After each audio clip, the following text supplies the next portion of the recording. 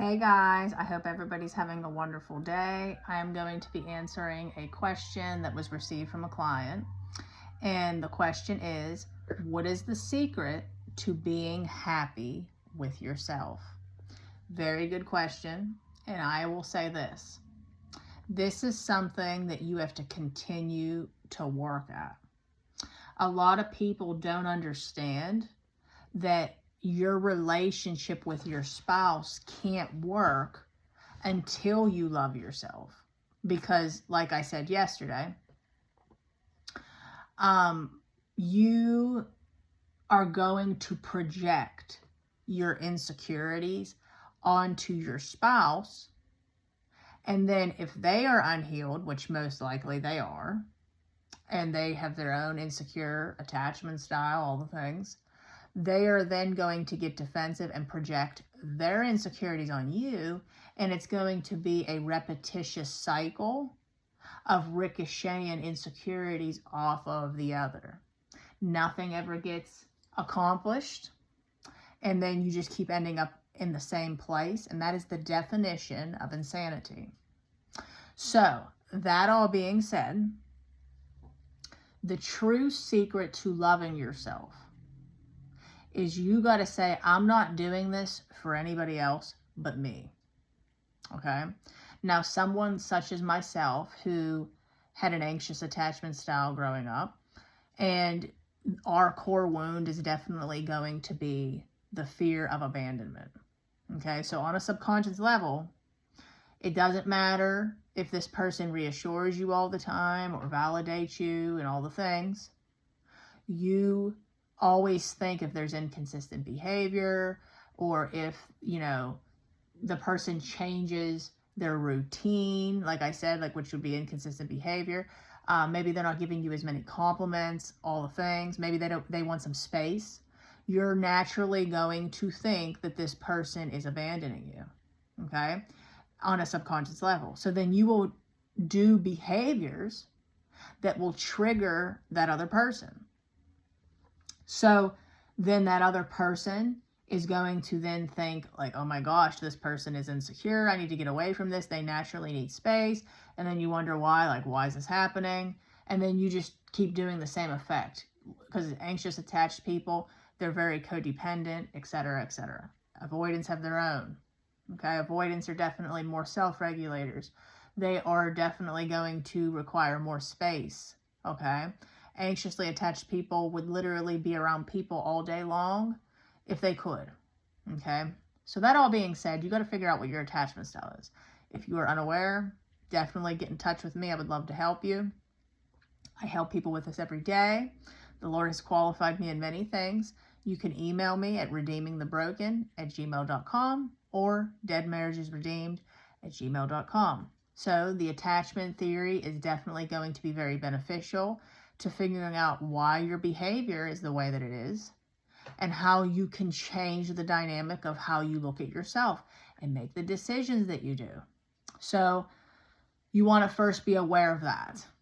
Okay? And then once you are aware of that, then we got to start changing the way that you react to your triggers, the way that you react to trauma responses.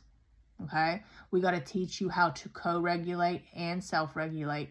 And we got to be able to teach you how to know when your partner, for instance, what their attachment style is and what they are going to want to do. We got to be able to, again, self-regulate and co-regulate, because people think that we all just think the same.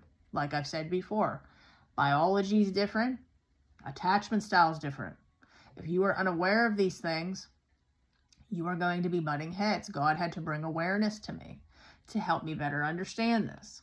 So you then are going to be able to communicate more effectively, because you realize not everybody thinks the same. Okay, so that is something that will really help. So then loving yourself is you're aware of your triggers. You're aware of your trauma responses. You're aware of your traumas. Your silent traumas. People think traumas are just always physical. They're not. Traumas can be silent traumas. Traumas can be unaware traumas. I mean, there is just so many things that could take place that you don't realize was a trauma response to the nervous system. So once we have awareness in all of those things, we then got to come up with solutions.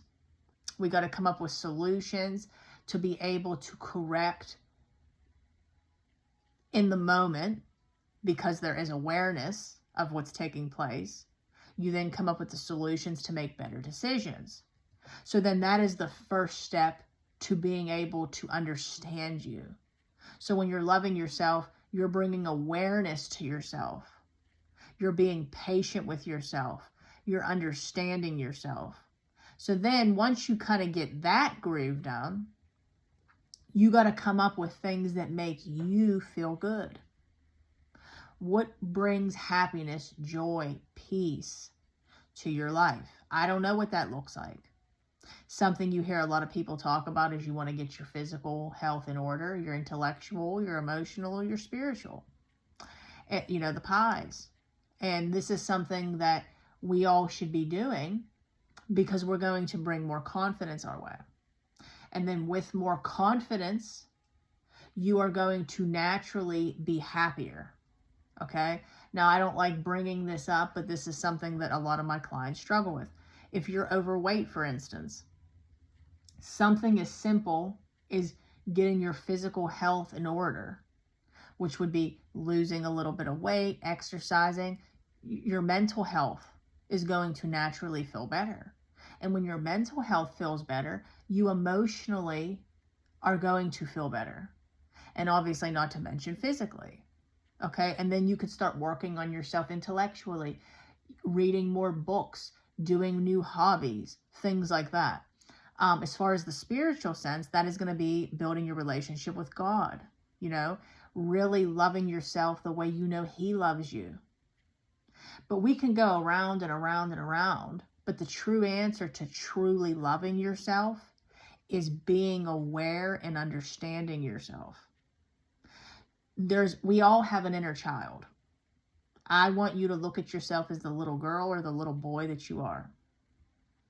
Deep within, there's a little girl or a little boy that's inside of you, okay, that has fears, okay? You have, for instance, no matter what attachment style you are, there's going to be certain fears. Fear of abandonment, fear of independence, losing your independence, fear of rejection, fear of betrayal, okay? We all have core wounds. You got to understand yourself. And that little girl or little boy is terrified because of what went on in their childhood. It doesn't mean you had bad parents. Your parents did the best that you could. They could. But just like us raising our children, we do things that we don't understand. Like, for instance, if your child, you know, is alone, okay, and you maybe need downtime and maybe you're busy, you know, on the phone, cooking, cleaning, this is usually how children become avoidants. And then anxiously attached people usually become anxiously attached because they feel like they have to earn love. There's many ways that this can happen, but our attachment styles are developed in early childhood, okay? It's no one's fault. It's just how our perception handled things. So then through that, we end up growing up having those fears and we project them on other people, including our relationships. So what you need to do is you need to look at yourself as the little girl or the little boy and be patient with yourself. You don't want to abandon yourself in the process, okay? So every time that you are having a trauma response, you want to soothe yourself, self-soothe.